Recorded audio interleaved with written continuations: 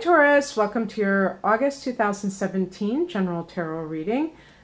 I'm Raina, just trying to remember what is going on because I actually was getting set to do yours and I ended up doing another sign twice and somebody was kind enough to point that out. So I'm back in the saddle recording this video and shuffling the cards and seeing what is going on for August.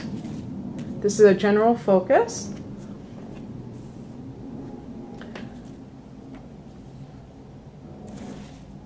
So it could be any topic. Sometimes things are much more pronounced in one area, and I tend to focus on that. There is, I do have love readings for your sign up.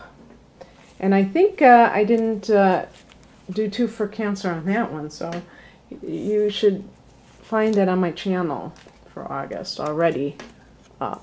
Okay, this is good because I'm just collecting these cards so they're out of the way. I think this is really good in some sense. I'll tell you why. Let me look at it for 1 second. And get a feel for it.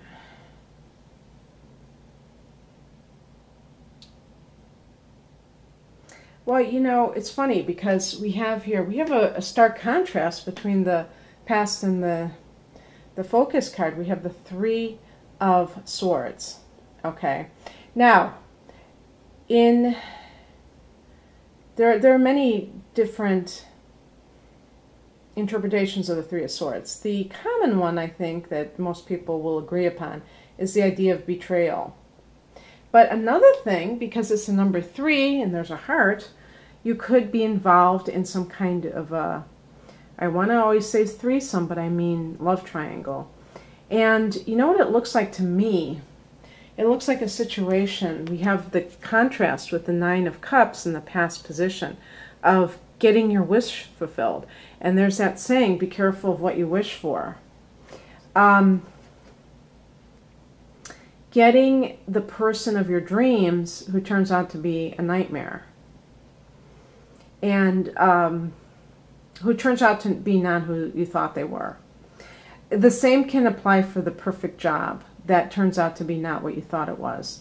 There may have been even co-workers who poisoned the well, who tried to take what was supposed to be yours, and you may feel a sense of bitterness about it right now.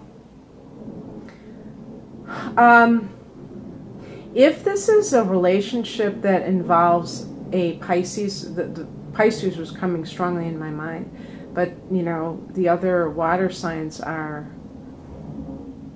Scorpio, which is your opposite sign. So sometimes you do end up with that polarity, that polar opposite.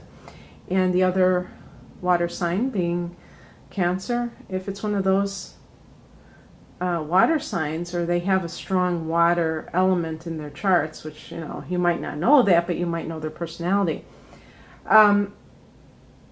It could be that you thought that you wanted that relationship and you realize that they are high maintenance emotionally. And the Three of Swords is like you saying, how do I cut this to the quick? I mean, to the, how do I just make a very sharp, quick incision and cut this sucker off? And you're kind of like maybe feeling stuck with a relationship where, you know, because you're an earth sign, okay? Now, you might have a moon in Scorpio, and that might change everything and turn that upside down, and that wouldn't be for you. This is a general reading, so maybe it only applies to some of you. But if you're the kind of person that you don't like people who are very emotional, and you feel like taxed, or what's the word? You know, just spent when you're around them, that they drain you. It could be an energy vampire, because emotional people, a lot of times they're just stirring up a lot of drama, and they're draining. They're demanding too. They're like, you have to give this to me. You have to call me all the time, or you have to give me all this attention, and it's like they're smothering. It could be one of those situations, and you're like, how do I cut this off cleanly and with finality? Because the Three of Swords could be actually heart surgery too, by the way. And I'm always either talking about work or talking about love. I never talk about, health, and obviously I can't diagnose people's conditions. I'm not medically trained, but I can interpret a card. And so if you're going in for heart surgery, maybe you had too much indulgence, and now you have to have heart surgery. And it's interesting, though, another 3 on the top level there. 3 is the number of creativity and fertility. Well, creativity is fertility, isn't it? Abundance, fun. Of course, the 3 of Swords doesn't sound like much fun. But this is a card with work elements. And that's another thing, too. If this person is in the workplace, you might feel like, oh, gosh, this is going to impinge upon, or is it infringe upon? Probably I can say both. My work life, and I don't want it to. There could be other co-workers. This is a card of teamwork. And this is also a card of building strong foundations in the process. The number 3 is that creation. It's the 1 + 1. 1 + 1, I'm talking about, I was going to say, well, 1 + 1 = 2. Where does the 3 come in? But it's like, I'm talking about when 2 people conceive a child. It's 1 + 1 = 3.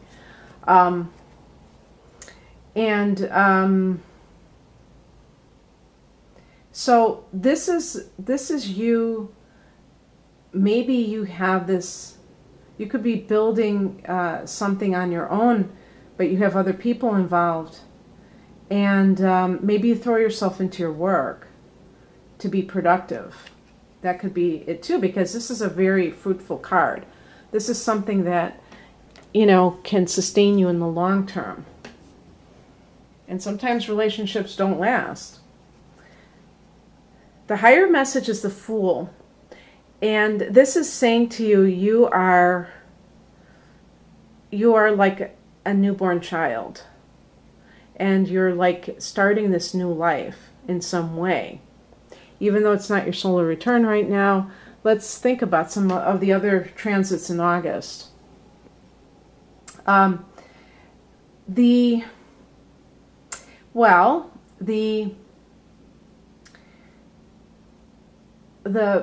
lunar eclipse on August 7th is happening in your 10th house of career, in the sign of Aquarius. So it could be that some people have their careers just, maybe you just have a total change of heart, and that 3 of Pentacles is you building something for yourself so that you're not reliant on other people. So the Fool could be you starting professionally on your own, or starting over from scratch.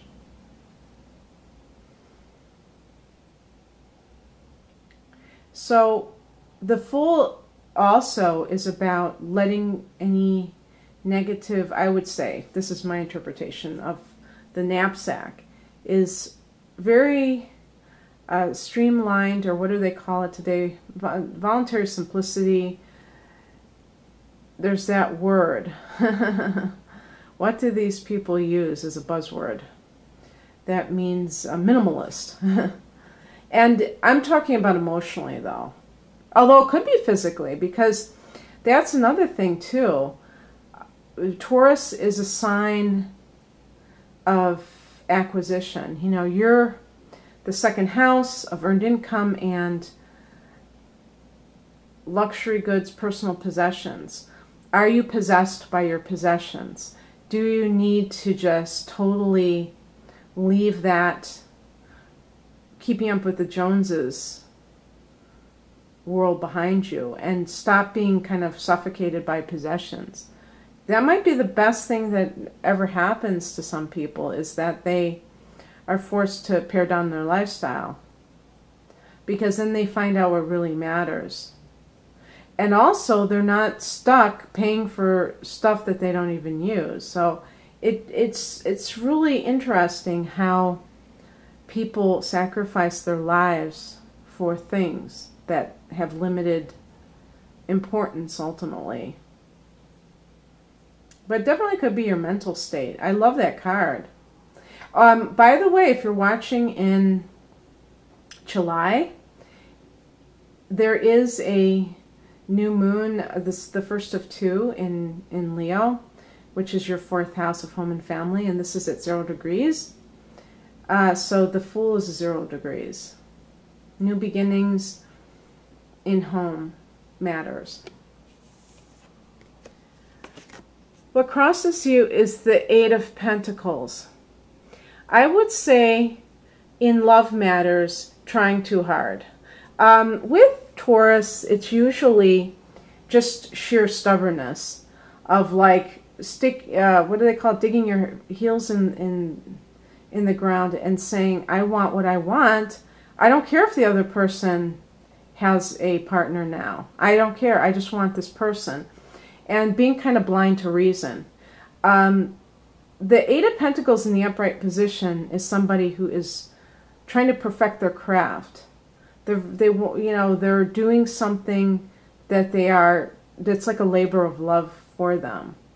So even if like that 3 of Pentacles, that's you in that process, being that construction worker, the architect's card.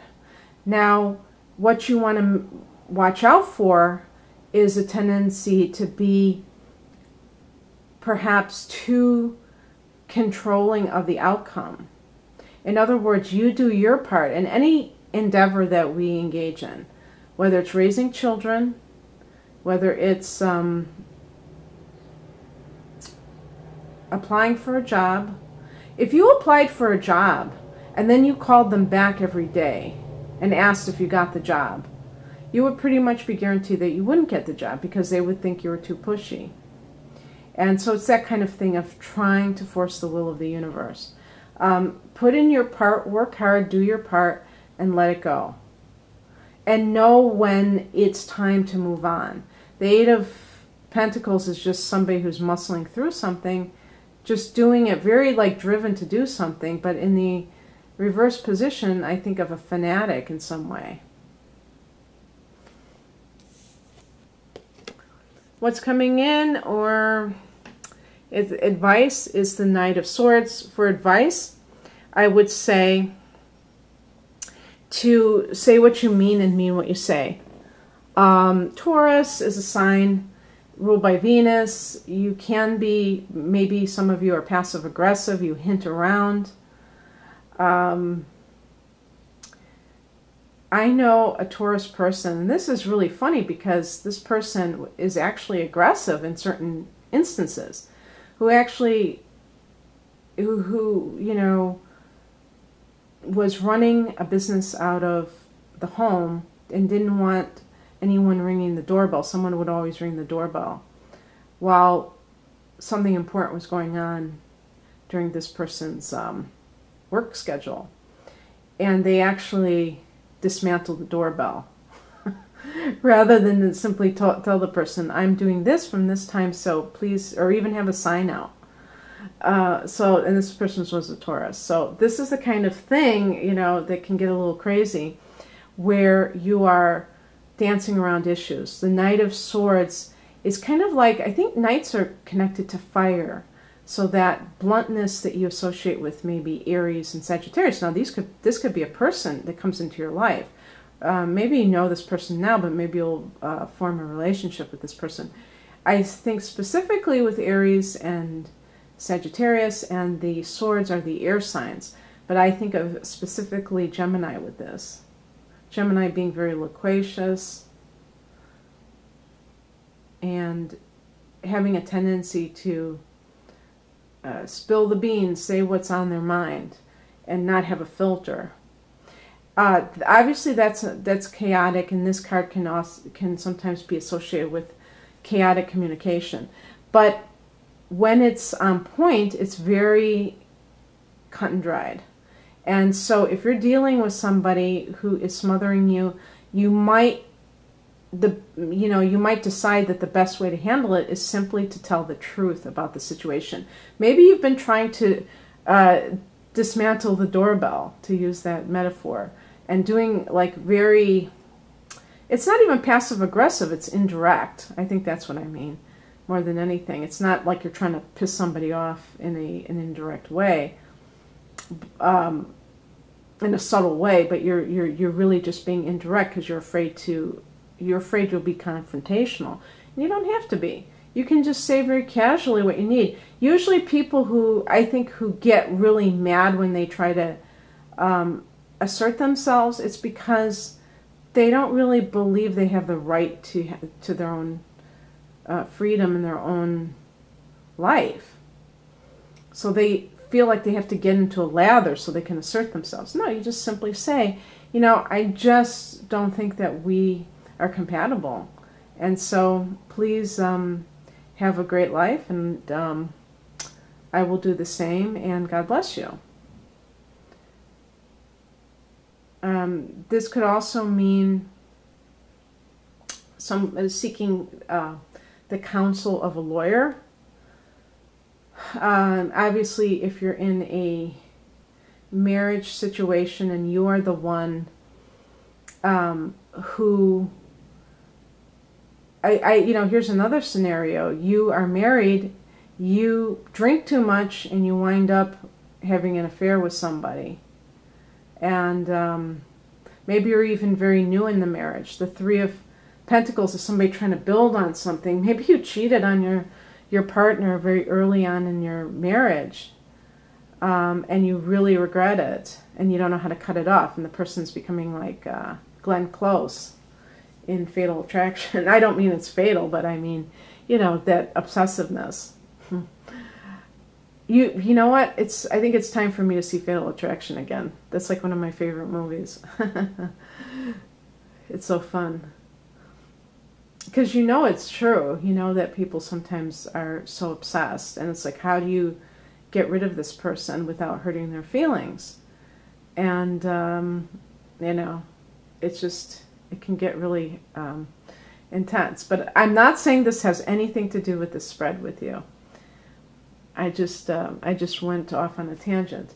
But anyway, yeah, I mean, if there is some kind of a marriage that you realize now is not happening, and you want to build a new relationship and start with a firm foundation, which is what that Three of Pentacles suggests. Maybe you can see now that the relationship that you want to end was always on shaky ground. Also, but that's why the thing about starting your own business, same deal in a way, that I'm going to start something and I can't fire myself, so I'm going to probably continue to be, successful, because I'm going to be able to call my own shots, and I know what I want out of life. And because sometimes you may be taking orders at somebody else's business, and you want to suggest something to them, and they have no desire to hear your input. And that can get very frustrating too. So the outcome is a card of culmination. The World card, I did get this also for your opposite sign Scorpio, and I said graduation day. And when we talk about graduating from life, we're talking about the different phases or cycles. And it's considered a card of victory, actually, because you've made it through another cycle and you've emerged victorious, especially since the card is in the upright position. So the real test, or shall we say, just theme of this card is about tying up loose ends. The Fool card, as the spiritual position, may be talking about the theme to come in future months. For instance, in September, there's a new moon in Virgo towards the end of the month, I think it's the 20th, and that is in your 5th house of romance. So that could be a new relationship that comes in, or a new home business.